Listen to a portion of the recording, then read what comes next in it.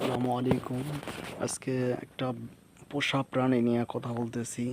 যারা পোষা প্রাণী আছে তারাই জানে যে পোষা প্রাণীর মর্মতা।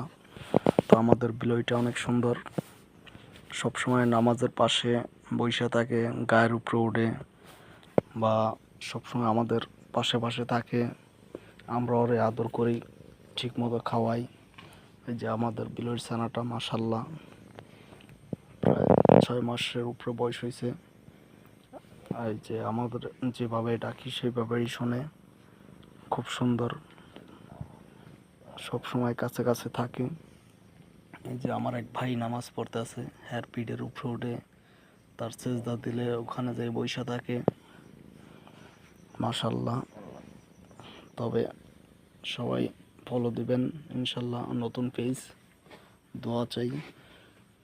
এই যে দেখেন ভাই নামাজ পড়তে আছে, ভাইয়ের ওই যে নিচে বসে আছে যাইয়া সেজদা অবস্থায়। মানুষ বোঝে না, কিন্তু পশু পাখি ঠিকই বোঝে।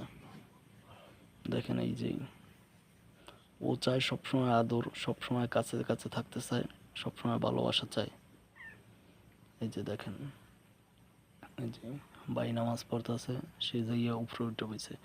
এই মাত্র আমিও নামাজ পড়ছি, আমার শরীরের উপরে উঠে বইসা রয়েছে। তো বিলাই, সবাই বিলাই পালবেন। যত নবীর করিম সাল্লাল্লাহু আলাইহি সাল্লাম সেও বিলাইকে পছন্দ করত। আর মরুর দেশ সৌদি আরব, যেহেতু আলহামদুলিল্লাহ আল্লাহ আনাইছে আছি, তো সমস্ত সৌদি আরবে বিলাইয়ের অভাব নাই। মাশাল্লাহ অনেক বিলাই, প্রত্যেকটা বাসায় বিলাইয়ের অভাব নাই।